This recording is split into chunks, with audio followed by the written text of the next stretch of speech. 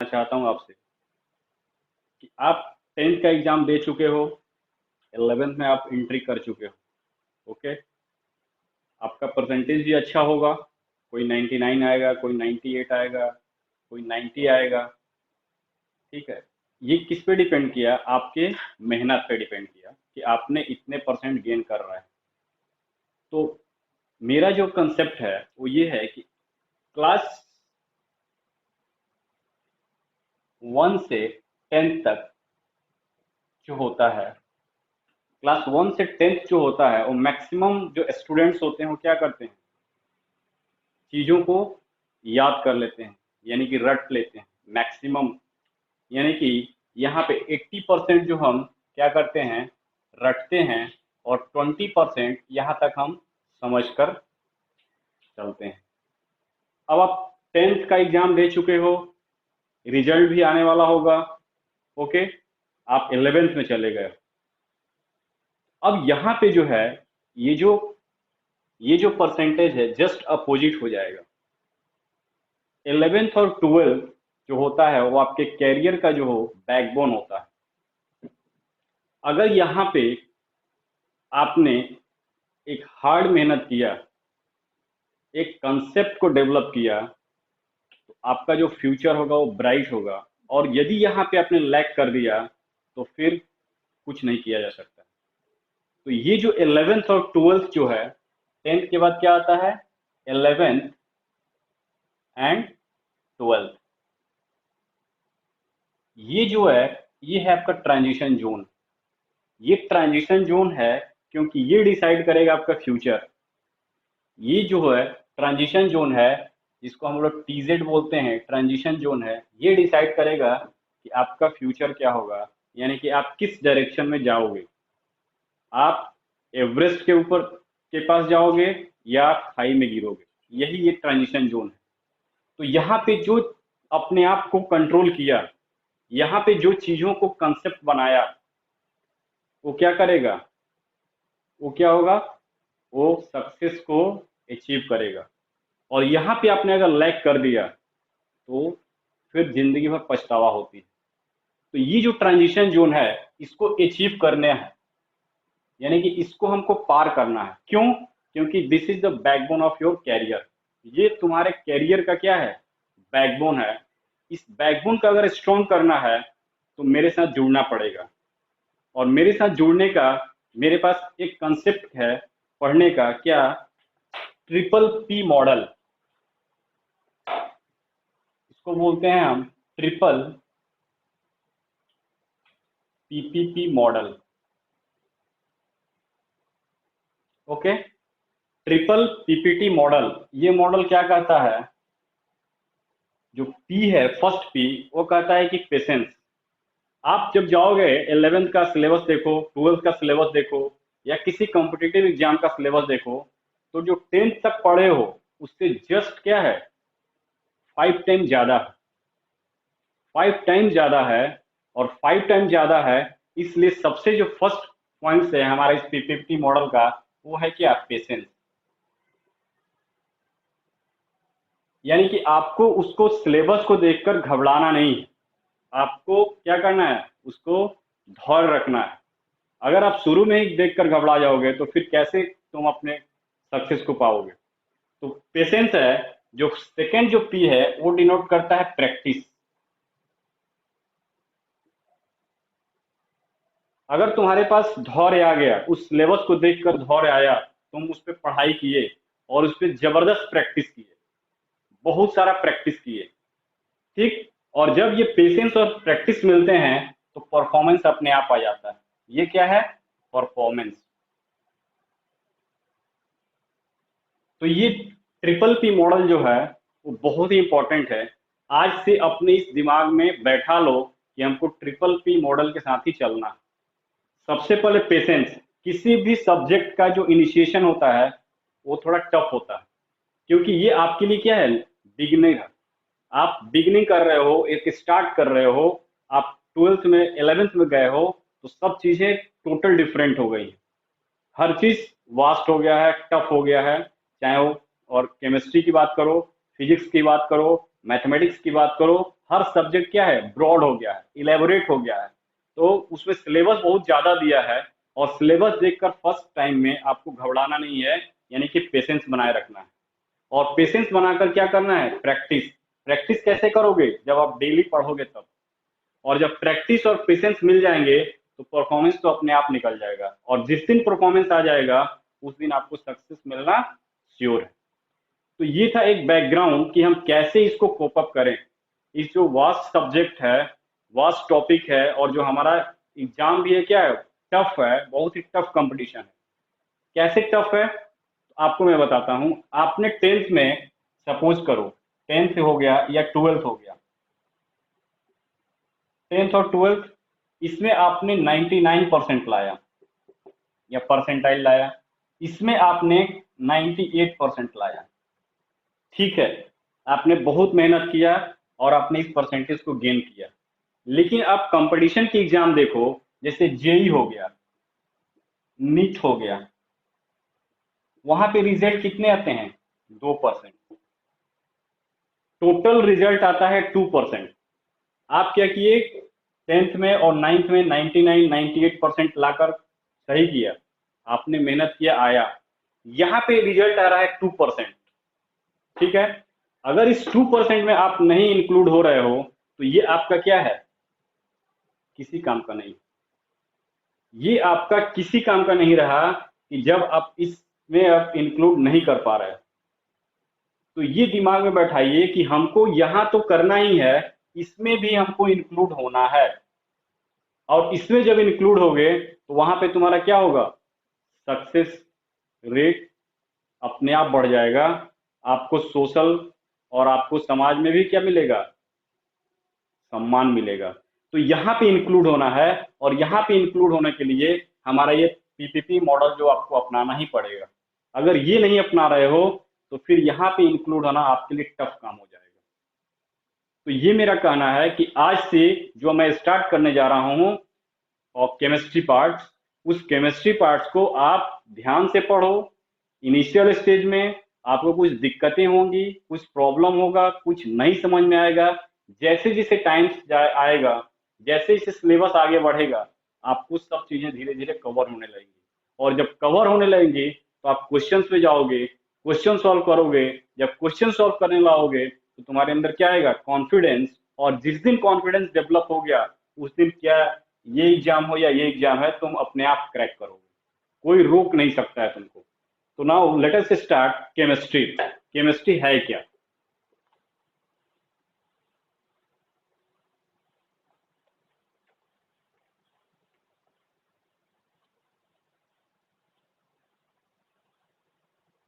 तो केमिस्ट्री की अगर हम बात करें,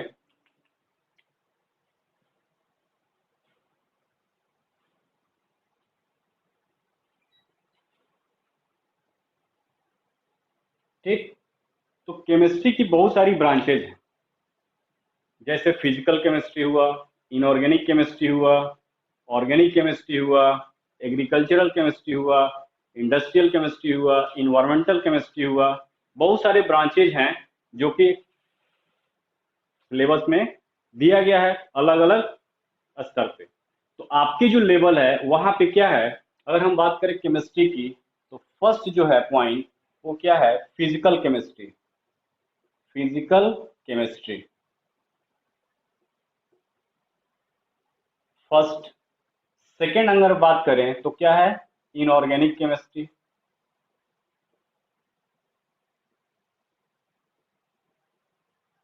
इनऑर्गेनिक केमिस्ट्री। थर्ड की अगर हम बात करें तो क्या हो जाएगा, ऑर्गेनिक केमिस्ट्री। Organic chemistry. फिर अगर हम इसमें ब्रॉड में जाएं तो क्या हो जाएगा, इन्वायरमेंटल केमिस्ट्री। Environmental chemistry. फिर आगे जाओगे तो क्या हो जाएगा, एग्रीकल्चर केमिस्ट्री। केमिस्ट्री। और इसमें और आगे जाओगे तो क्या हो जाएगा, इंडस्ट्रियल केमिस्ट्री।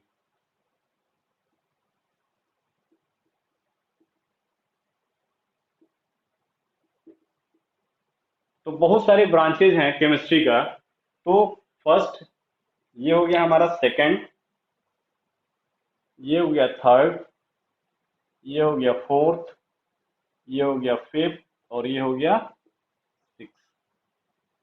तो ये सारे ब्रांचेज हैं किसके, केमिस्ट्री के। तो आपको आपके लेवल पे क्या देखना है, तीन चीजों को, ये फिजिकल केमिस्ट्री और इनऑर्गेनिक केमिस्ट्री और यहाँ पे ऑर्गेनिक केमिस्ट्री। ये जो है इन्वायरमेंटल केमिस्ट्री, जब तुम जेई क्वालिफाई कर लोगे तो फर्स्ट ईयर में जाओगे तो बीटेक फर्स्ट ईयर में ये सिलेबस है। इंडस्ट्रियल केमिस्ट्री है, जब तुम क्या जाओगे फोर्थ ईयर फिफ्थ ईयर में, अगर इंडस्ट्रियल केमिस्ट्री लिए हो, केमिकल इंजीनियरिंग से कर रहे हो, तो वहाँ पे इंडस्ट्रियल केमिस्ट्री तुमको मिलेगा हायर स्टडी में। एग्रीकल्चर केमिस्ट्री, जो एग्रीकल्चर फील्ड में पढ़ते हैं, एग्रीकल्चर स्ट्रीम से पढ़ते हैं, वहाँ पे एग्रीकल्चर केमिस्ट्री पढ़ते हैं। तो ये सारे ब्रांचेज हैं किसके, केमिस्ट्री का। तो देखो फिजिकल, इनऑर्गेनिक, ऑर्गेनिक। ऑर्गेनिक को हमने रेड जोन में रखा है। रेड जोन में इसलिए रखा है क्योंकि तुम टेंथ से या नाइन्थ में फिजिकल केमिस्ट्री के बारे में कुछ पढ़े हो, इनऑर्गेनिक में भी पढ़े हो, बट ऑर्गेनिक क्या होता है, टोटल डिफरेंस हो जाता है कहाँ पे, ट्वेल्थ में आने पे। यानी कि यहाँ पे ये टफ ज्यादा हो जाता है एज कंपेयर टू इसके और इसके। और जब टफ होगा तो उसको क्या बोलते हैं, उसको हमने इसीलिए रेड जोन में रखा है। यानी कि यहाँ पे आपको टाइम क्या देना है, ज्यादा फोकस करना है, अपने आप को ज्यादा टाइम स्पेंड करना है। और ज्यादा टाइम स्पेंड करोगे, ज्यादा प्रैक्टिस करोगे, चीजें उतनी इजी होती जाएंगी। यहाँ पे आप पढ़े हुए ऑर्गेनिक केमिस्ट्री, इनिशियल स्टेज में तुमको थोड़ा प्रॉब्लम आएगा, लर्न करने में दिक्कत होगा, चीजों को समझने में दिक्कत होगा, क्योंकि इनिशियल में कोप अप करना थोड़ा डिफिकल्ट होता है। तो इसीलिए हमने इसको रेड जोन में रखा है। अब देखो मैं बात करता हूं तो फिजिकल केमिस्ट्री। फिजिकल केमिस्ट्री, ये फिजिकल केमिस्ट्री क्या डील्स करता है कि जो हमारा जो रिएक्शंस है वो फिजिबल है कि नहीं, वो रिएक्शन होगा कि नहीं, उस रिएक्शन जो होगा स्पॉन्टेनियस होगा कि नॉन स्पॉन्टेनियस होगा, वो जो रिएक्शन हो रहा है रिवर्सिबल हो रहा है कि इरिवर्सिबल हो रहा है, रिएक्शन का रेट क्या हो रहा है, किस रेट से वो रिएक्शन हो रहा है। तो इन सब चीजों को हम लोग फिजिकल केमिस्ट्री में डील्स करते हैं।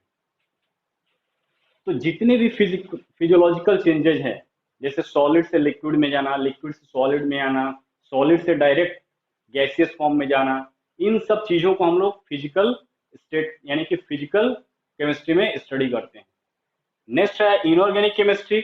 इनऑर्गेनिक केमिस्ट्री में जितने भी मेटल्स हैं, मेटल का एक्सट्रैक्शन, उसका प्यूरिफिकेशन, उसका प्रॉपर्टीज, उसका अप्लीकेशन पार्ट जो है वो हम इनऑर्गेनिक के केस में पढ़ते हैं। तो फिजिकल में हमने देखा फिजिबिलिटी ऑफ रिएक्शन, रिएक्शन होगा कि नहीं, होगा तो किस रेट से होगा, वो यूनिडायरेक्शनल होगा कि बाई डायरेक्शनल होगा, रिवर्सिबल होगा कि इरिवर्सिबल होगा, स्पॉन्टेनियस होगा कि नॉन स्पॉन्टेनियस होगा। इन सब चीजों को हम लोग फिजिकल में डील किया। इनऑर्गेनिक में हमने क्या डील किया, मेटल्स, पीरियोडिक टेबल्स, यानी कि मेटल्स का एक्सट्रैक्शन। नेचर में जो मेटल्स होता है क्या होता है, इम्प्योर फॉर्म में होता है, उसको हम लोग एक्सट्रैक्ट करते हैं और एक्सट्रैक्ट करके उसको प्यूरिफाई करते हैं। तो इन सारी प्रोसेस को, फिर उस प्रोसेस में कौन कौन से प्रोसेस अप्लाई किए जाते हैं, क्या क्या उसका प्रॉपर्टीज है उस एलिमेंट्स का, उस मेटल का या नॉन मेटल का, और क्या उसका एप्लीकेशन है, इन सब चीजों को हम लोग इस इनऑर्गेनिक में डील करते हैं। अब बच गया हमारा क्या, ऑर्गेनिक। ठीक, तो अब हम देखेंगे ऑर्गेनिक में क्या क्या चीजों को पढ़ना है। तो मैं आपको ऑर्गेनिक के साथ चलूंगा, यानी कि जो मेरा जो ब्रांच है वो क्या है, ऑर्गेनिक है। तो let's start organic chemistry.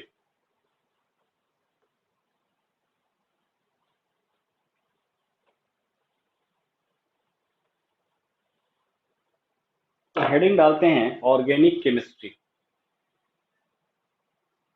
Organic chemistry. ठीक, तो कुछ इसका हिस्टोरिकल बैकग्राउंड है।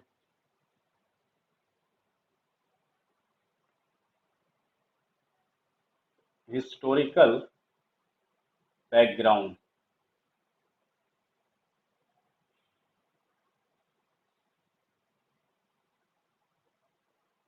हिस्टोरिकल बैकग्राउंड जानना जरूरी है, क्योंकि क्या है, आप इनिशियल स्टेज में हो, आप स्टार्ट करने जा रहे हो एक नया टॉपिक को, तो इसके हिस्ट्री में जाना जाना बहुत जरूरी है।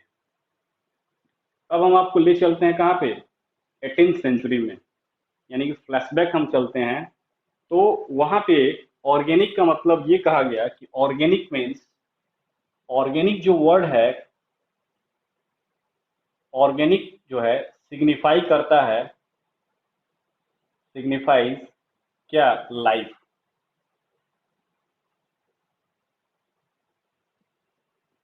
मतलब ऑर्गेनिक जो है, ऑर्गेनिक वर्ड जो है वो सिग्निफाइज करता है किसके लिए, लाइफ के लिए, वो लाइफ से रिलेटेड है। ठीक है। अब देखो क्या किया, तो उस समय बताया गया कि जितने भी सबस्टेंस होते हैं वो डायरेक्टली और इनडायरेक्टली जो ऑब्टेन किए जाते हैं, ठीक, उस वो लिविंग सिस्टम से और ऑब्टेन किए जाते हैं, जैसे प्लांट्स और एनिमल्स के। तो ऑर्गेनिक मीन्स सिग्निफाइज लाइफ। तो ये बताया गया कि all the substance all the substance obtained directly and directly and indirectly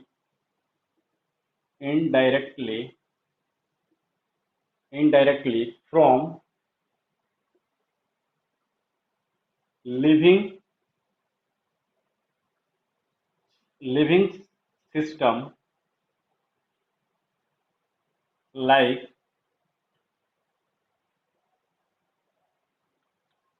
plant and animals। ये बताया गया कि जितने भी सबस्टेंस ऑब्टेन किए गए डायरेक्टली या इनडायरेक्टली, वो किससे ऑब्टेन किए गए थे, लिविंग सिस्टम से। लिविंग सिस्टम में उन्होंने प्लांट्स और एनिमल्स यानी वेजिटेबल्स और एनिमल को इंक्लूड किया गया। फिर बताया कि the branch of chemistry which deals about this compounds is known as organic chemistry. तो यानी कि ऑर्गेनिक केमिस्ट्री के लिए उन्होंने बताया कि all the substance obtain directly और indirectly from living system like plants and animals और कॉल्ड ऑर्गेनिक कंपाउंड। तो इनिशियल जो था 18th सेंचुरी में, ये एक एजम्पशन था कि जितने भी सबस्टेंस डायरेक्टली और इनडायरेक्टली प्लांट्स और एनिमल से यानी कि लिविंग थिंग्स से ऑब्टेन किए गए, उसको हमने ऑर्गेनिक कंपाउंड्स बोला गया। और इस ऑर्गेनिक कंपाउंड्स का जिस ब्रांच में स्टडी करते हैं उसको हम बोलते हैं ऑर्गेनिक केमिस्ट्री। तो नीचे लिख सकते हो, the branch of chemistry, the branch of chemistry, the branch of chemistry which deals about which deals about these substances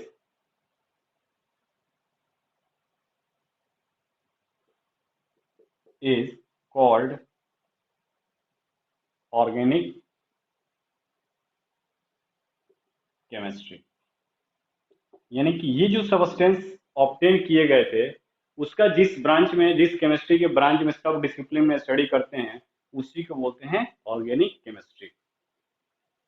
जैसे एग्जांपल देख लो, एग्जांपल्स में क्या हो जाएंगे, शुगर हो गया, ऑयल्स हो गया, ठीक, जितने भी टर्पीन्स हो गए,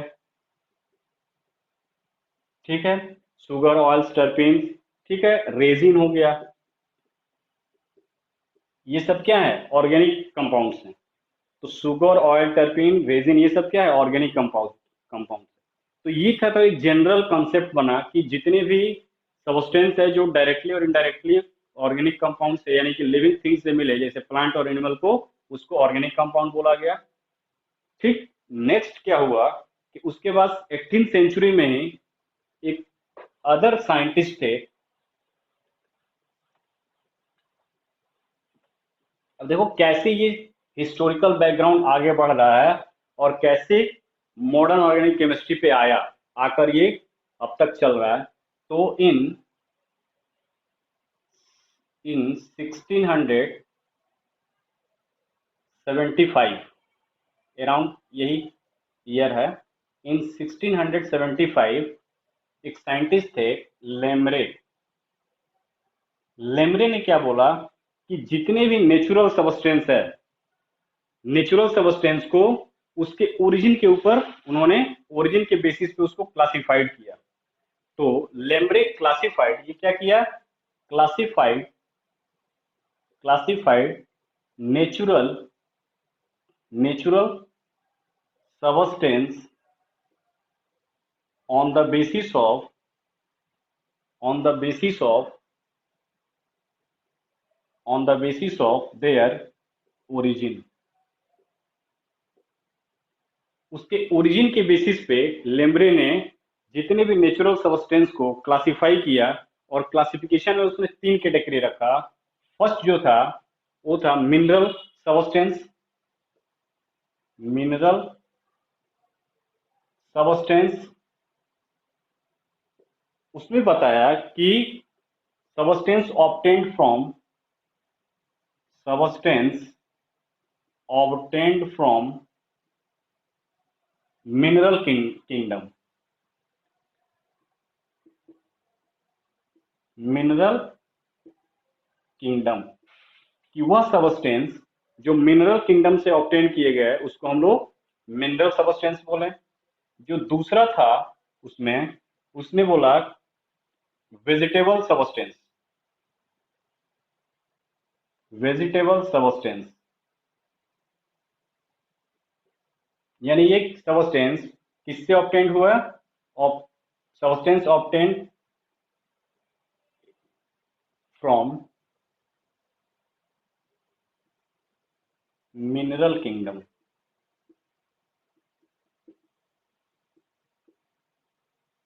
ये क्या हो गया, सबस्टेंस ऑब्टेन्ड फ्रॉम किससे, वेजिटेबल किंगडम।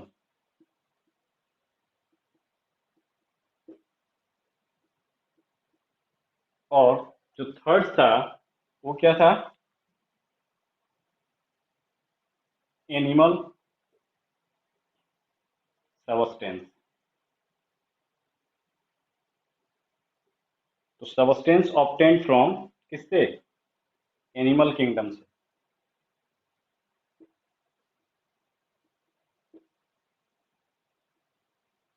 तो लैम्ब्रे का जो कंसेप्ट था वो क्या था, क्लासिफिकेशन था on the basis of origin. Origin के बेसिस पे उसने ये 3 कैटेगरी किया कि जो सबस्टेंस मिनरल से ऑब्टेन होंगे वो मिनरल किंगडम में जाएंगे, जो वेजिटेबल से वेजिटेबल में जाएंगे, और जो एनिमल से वो एनिमल किंगडम से जाएंगे। जो फर्स्ट आउटब्रेक आया इस पर, वो फर्स्ट आउटब्रेक कौन लाया, तो वो फर्स्ट आउटब्रेक के लिए देखो, फिर उसके बाद 1785 में 1785 में एक साइंटिस्ट थे लेवोसियर। लेवोसियर थे जिनको आज हम फादर ऑफ केमिस्ट्री बोलते हैं, इनको बोलते हैं फादर ऑफ केमिस्ट्री। ठीक। तो लेवोसियर ने फर्स्ट टाइम ऑर्गेनिक कंपाउंड्स में कार्बन और हाइड्रोजन के इंपॉर्टेंस को बताया।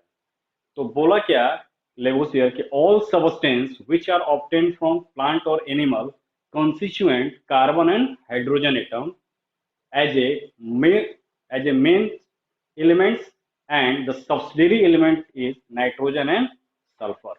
तो लेवोसियर का जो स्टेटमेंट था तो वो क्या बताया कि substance all substance all substance obtained from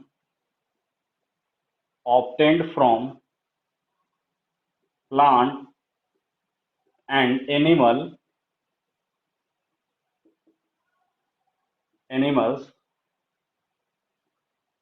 contain obtained all substance obtained from plants and animal contain carbon and hydrogen as a main constituent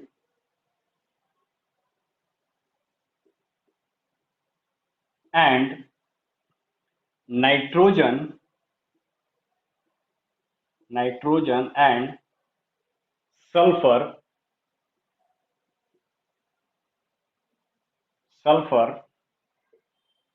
as a subs, subsidiary subsidiary element या auxiliary element. ठीक है. All substance obtain from plant. Initial बताया था कि जितने भी substance है organic compound के प्लांट और एनिमल से ऑब्टेन किए गए थे. फिर उसने बताया कि all substance obtain from plants and animal content carbon and hydrogen as a main constituent and nitrogen and sulphur as a subsidiary element. यानी कि जो जितने भी नेचुरल सब्सटेंस से लिविंग प्लांट से ऑब्टेन किए गए एनिमल से उसमें कार्बन और हाइड्रोजन तो होगा ही होगा मेन कॉन्स्टिट्यूएंट, और कुछ जो होगा ऑक्सिलरी एलिमेंट्स या सब्सिडियरी एलिमेंट्स नाइट्रोजन और सल्फर. इस बेसिस पे उन्होंने क्लासिफाइड किया. On the basis of this, अपने इस स्टेटमेंट के बेसिस पे उन्होंने कैटेगराइज किया ऑर्गेनिक कंपाउंड के. तो क्या बोला कि organic compound the compounds obtained from living sources. So all the compounds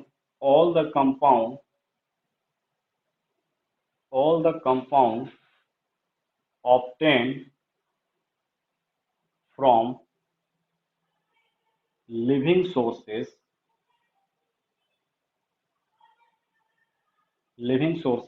means plant and animal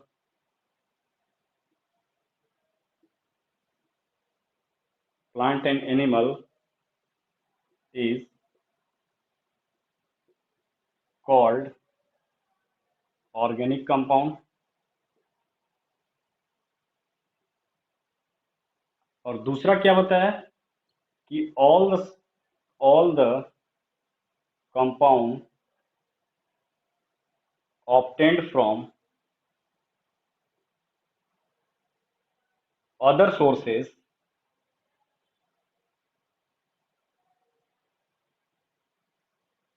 is called inorganic compound.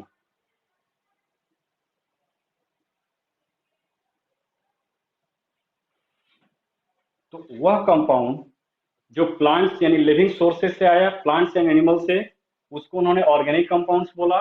और जो कंपाउंड्स अदर देन इसके सोर्स से अदर से आए उसको उन्होंने इनऑर्गेनिक कंपाउंड को कैटेगरीज में रखा. तो इस तरह से इस चलते रहा.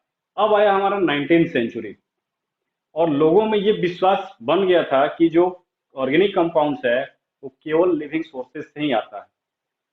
क्यों? क्योंकि उस टाइम कोई टेक्निक नहीं था, कोई एक्सपेरिमेंटल सेटअप नहीं था.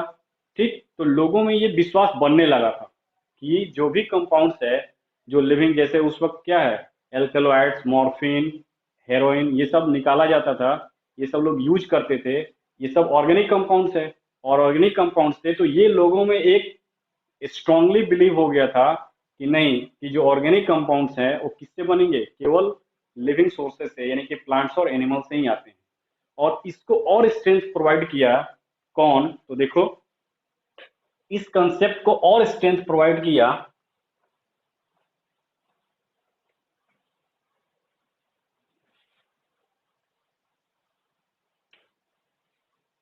बर्जीलियस, साइंटिस्ट का नाम है. इन 1815, 1815 में, यानी कि यहाँ पे क्या 19th सेंचुरी स्टार्ट हो चुका था. 1815 में क्या Swedish company, Swedish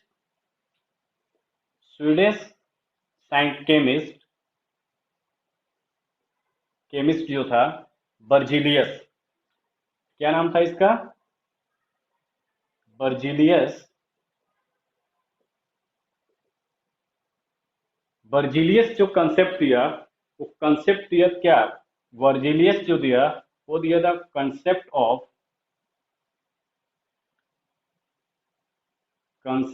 of vital force theory. Vital force theory vital force theory के बारे में इन्होंने ये कंसेप्ट रखा। तो यहाँ से आपका जो है क्वेश्चंस स्टार्ट हो गए हैं।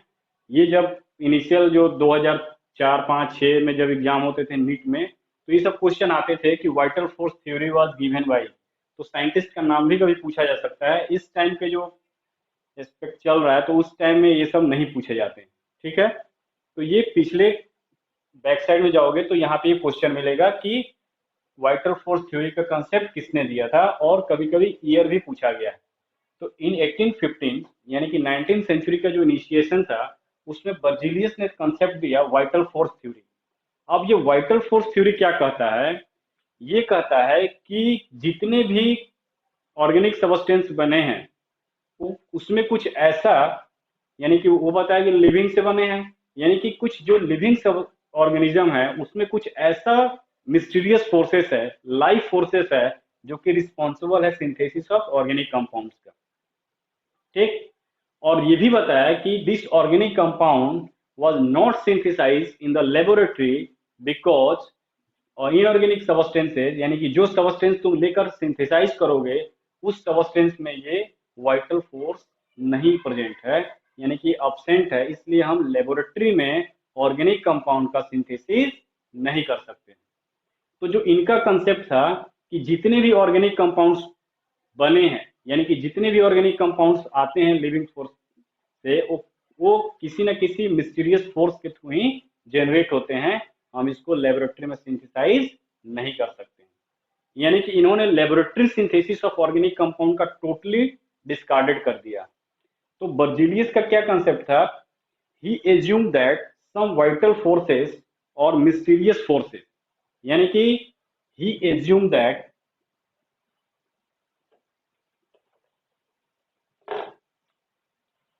he assumed that he assumed that some vital forces vital forces और इसी को बोलते हैं life forces was responsible for was responsible for formation of formation of organic compound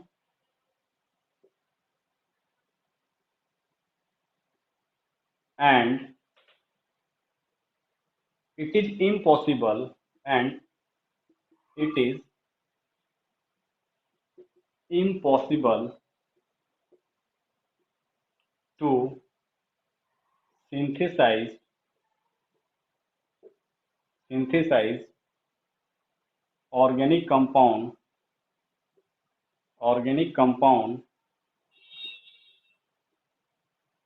in laboratory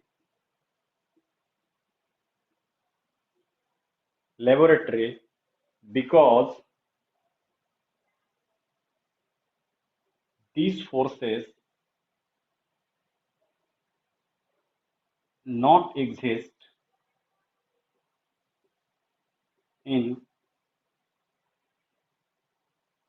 other compound in other sources। यानी कि other sources में क्या, inorganic sources अगर ले रहे हो तो वहां पे ये फोर्सेस नहीं एग्जिस्ट करती हैं, इसलिए हम लोग लेबोरेटरी में इसको सिंथेसाइज नहीं कर सकते हैं। यानी कि he assume that some vital forces और life forces was responsible for formation of organic compound and it is impossible to synthesize organic compound in the laboratory because these forces not exist in other sources. यानी कि जो source लेकर हम synthesise करने जाएंगे वहां पे क्या होगा, ये वाइटल फोर्सेस नहीं होंगी, ठीक है। तो ये इनका कंसेप्ट था, किसका? बर्जीलियस का। और जब बर्जीलियस का जब कंसेप्ट आया तो लोगों में क्या हुआ कि अब लोग समझ गए कि ऑर्गेनिक कंपाउंड लेबोरेटरी में सिंथेसाइज नहीं कर सकते। लेकिन एक आउटब्रेक आया कब? 1828। इस साल जो था वो ऑर्गेनिक केमिस्ट्री के लिए एक आउटब्रेक था, क्योंकि इस टाइम, इस ईयर में German chemist Friedrich Wohler German chemist Friedrich Wohler ने फर्स्ट ऑर्गेनिक कंपाउंड को सिंथेसाइज कर डाला लेबोरेटरी में। तो ये जितने भी हिस्टोरिकल इन्होंने कंसेप्ट दिया था उसको सब डेथ हो गया, यानी कि सब खत्म हो गए वहां से। और वहां से एक नया फाउंडेशन स्टार्ट हो गया, किसका? ऑर्गेनिक केमिस्ट्री का। और ये कंसेप्ट बन गया कि ऑर्गेनिक कंपाउंड को भी लेबोरेटरी में हम सिंथेसाइज किए जा सकते हैं, यानी कि कोई ऐसी फोर्सेस नहीं है जो कि रिस्पॉन्सिबल है ऑर्गेनिक कंपाउंड को सिंथेसिस करने के लिए। ये ऐसे ही सिंथेसाइज होते हैं जैसे inorganic substance simple law of formation को फॉलो करते हैं। तो यहाँ पे आउटब्रेक आया, तो आउटब्रेक आया किस सन में? 1828।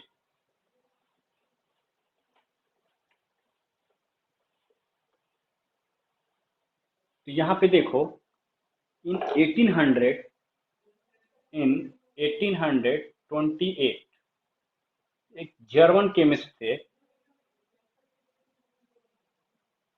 जर्मन केमिस्ट है एफ होलर, फ्रेडरिक होलर इसको बोलते हैं।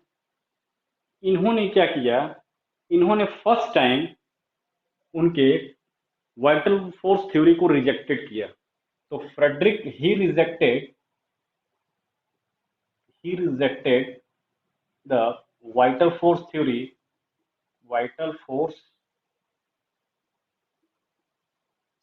फर्स्ट टाइम इन्होंने इसको रिजेक्ट किया। He rejected the vital force theory and synthesized first organic compound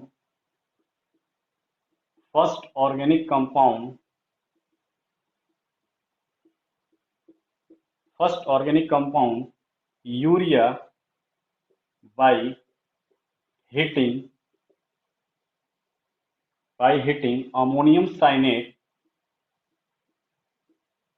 ammonium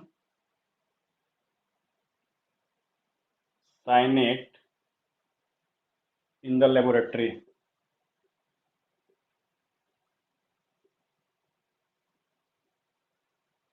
So he rejected the vital force theory and synthesized first organic compound urea by hitting ammonium cyanide in the laboratory। यानी कि जो organic compound का जो life sources से origination था उसको total उन्होंने reject किया और अपना एक फाउंडेशन रखा, और अमोनियम साइनेट से फर्स्ट ऑर्गेनिक कंपाउंड यूरिया का सिंथेसिस किया। ये जो यूरिया सिंथेसाइज हुआ, इस यूरिया का जो प्रॉपर्टी था वो सिमिलर था किससे? जो नेचुरल यूरिया हमको ऑब्टेन किया गया है नेचुरल सोर्सेज से। तो इससे ये प्रूफ किया उन्होंने कि जो हमारा लेबोरेटरी में सिंथेसाइज है और जो हमारा नेचुरल सोर्स से मिला हुआ है, दोनों की जो प्रॉपर्टीज है वो क्या है? सेम है। इसलिए हम ऑर्गेनिक कंपाउंड को भी लेबोरेटरी में सिंथेसाइज कर सकते हैं। तो ये आउटब्रेक था किसके लिए? पूरी केमिस्ट्री, ऑर्गेनिक केमिस्ट्री के लिए। तो देखो क्या किया, अमोनियम साइनेट। तो अमोनियम साइनेट को हम ऐसे लिख सकते हैं, ये NH4NCO, ठीक है, या CNO, कुछ भी लिख सकते हो। तो अमोनियम साइनेट को उन्होंने हीट किया तो क्या बन गया? Urea, NH2CONH2। इसको आयनिक फॉर्म में लिख दो तो इसको NH4 प्लस लिख सकते हो, या N डबल बॉन्ड CO से माइनस, और इसको, ठीक है। तो ये दोनों एक ही चीज है। अब तुम किसको ले सकते हो? किसी एक को ले सकते हो। तो ये जो था वो फर्स्ट आउटब्रेक था किसके लिए? ऑर्गेनिक केमिस्ट्री के लिए, क्योंकि फर्स्ट टाइम अमोनियम साइनेट से, इसी को बोलते हैं क्या? Ammonium cyanate. इस अमोनियम साइनेट से फर्स्ट टाइम उन्होंने यूरिया का सिंथेसिस किया। ये हो गया यूरिया। अब इस यूरिया का जो प्रॉपर्टी था, जो नेचुरली ऑकरिंग यूरिया था, उससे एकदम सिमिलर था। इस तरह जो वाइटल फोर्स थ्योरी था उसको पूरा डिस्कार्टेड किया, टोटली रिजेक्ट किया, और फाउंडेशन क्या रखा कि ऑर्गेनिक कंपाउंड जो है वो सिंपल मैनर में सिंथेसाइज होते हैं, जैसे इनऑर्गेनिक कंपाउंड सिंथेसाइज होते हैं लॉ ऑफ फॉर्मेशन रूल पे, उसी तरह यहाँ पे भी यूज किया जाएगा। तो नेक्स्ट इस थ्योरी को फर्दर स्ट्रेंथ मिला कब, तो देखो कब, यानी कि अब यहां से स्टार्ट हो गया क्या, ऑर्गेनिक कंपाउंड का सिंथेसिस इन लेबोरेटरी, और इसको कंटिन्यूटी में आज भी हम मेंटेन किए हुए हैं। तो इस जो वाइटल फोर्स थ्योरी को डिस्कस करने के बाद जो ये कंसेप्ट आया, इसको और स्ट्रेंथ दिया कौन, कोलबे। कोलबे जो थे साइंटिस्ट थे, उन्होंने क्या सिंथेसाइज किया, उन्होंने सिंथेसाइज किया एसिटिक एसिड CH3COOH। तो कोलबे भी लेबोरेटरी में सिंथेसाइज किए एसिटिक एसिड, ठीक। तो ये फर्स्ट ऑर्गेनिक कंपाउंड है जो अपने एलिमेंट्स से बना है। वहां पे क्या था, यूरिया बना फर्स्ट ऑर्गेनिक कंपाउंड लेबोरेटरीज में फर्स्ट टाइम, लेकिन वो अमोनियम साइनेट से बना, और यहाँ पे ये अपने एलिमेंट्स से ही बना, कार्बन हाइड्रोजन ऑक्सीजन से बना। तो इसीलिए बोला जाता है कि जो first organic compound synthesize from its own elements क्या है, एसिटिक एसिड। तो ये फर्स्ट टाइम कोलवे ने इसको सिंथेसाइज किया। तो इस सिंथेसिस से और क्या हुआ, स्ट्रेंथ मिला किसका, जो होलर का कंसेप्ट था कि ऑर्गेनिक कंपाउंड को हम लेबोरेटरी में सिंथेसाइज कर सकते हैं। इसको और स्ट्रेंथ किया कौन, बर्थिलोट। बर्थिलोट ने क्या बोला कि यहां पे उन्होंने मेथेन का सिंथेसिस किया, ठीक। बर्थिलोट क्या किए, मेथेन को सिंथेसाइज किया लेबोरेटरी में, इसको और स्ट्रेंथ मिला। और इस सारे सिंथेसिस के बाद ये कंक्लूजन निकला कि नहीं, ऑर्गेनिक कंपाउंड जो होता है नेचुरल सोर्सेज से नहीं मिलते हैं, इनको हम लेबोरेटरी में भी सिंथेसाइज कर सकते हैं। इन ये सब क्या था, बैकग्राउंड ऑफ ऑर्गेनिक केमिस्ट्री। अब हम देखेंगे modern definition of organic chemistry, यानी कि इन सब होने के बाद कि इसका मॉडर्न डिफिनीशन क्या है। तो हेडिंग डालो modern definition of organic chemistry. तो modern definition of organic chemistry OC। तो मॉडर्न डिफिनीशन क्या करता है, the chemistry of carbon is called organic chemistry. यानी कि केमिस्ट्री ऑफ कार्बन को, यानी कि जहां पे भी हम कार्बन की केमिस्ट्री की स्टडी करते हैं उसी को हम लोग बोलते हैं organic chemistry. The chemistry of carbon and its derivative, simply हम कर सकते हैं कि हाइड्रोकार्बन, यानी कि the study of chemistry of hydrocarbon and its derivative is known as organic chemistry. तो chemistry of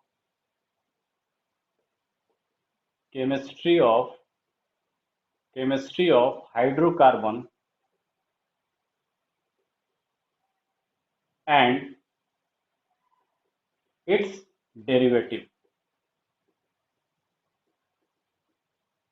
is called organic chemistry.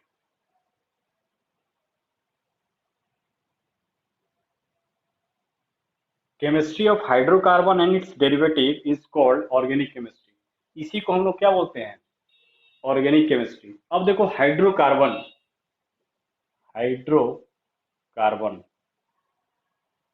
ठीक। तो हाइड्रोकार्बन जो वर्ड लिखा गया है, तो ये क्या है, हाइड्रोजन और ये कार्बन।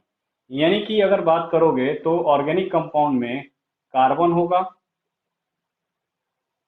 कार्बन, और दूसरा क्या हो जाएगा, हाइड्रोजन। तभी तो इसको हाइड्रोकार्बन बोले। यानी कि ये जो दो पार्ट्स हैं वो क्या हैं, मेन कंस्टिट्यूएंट।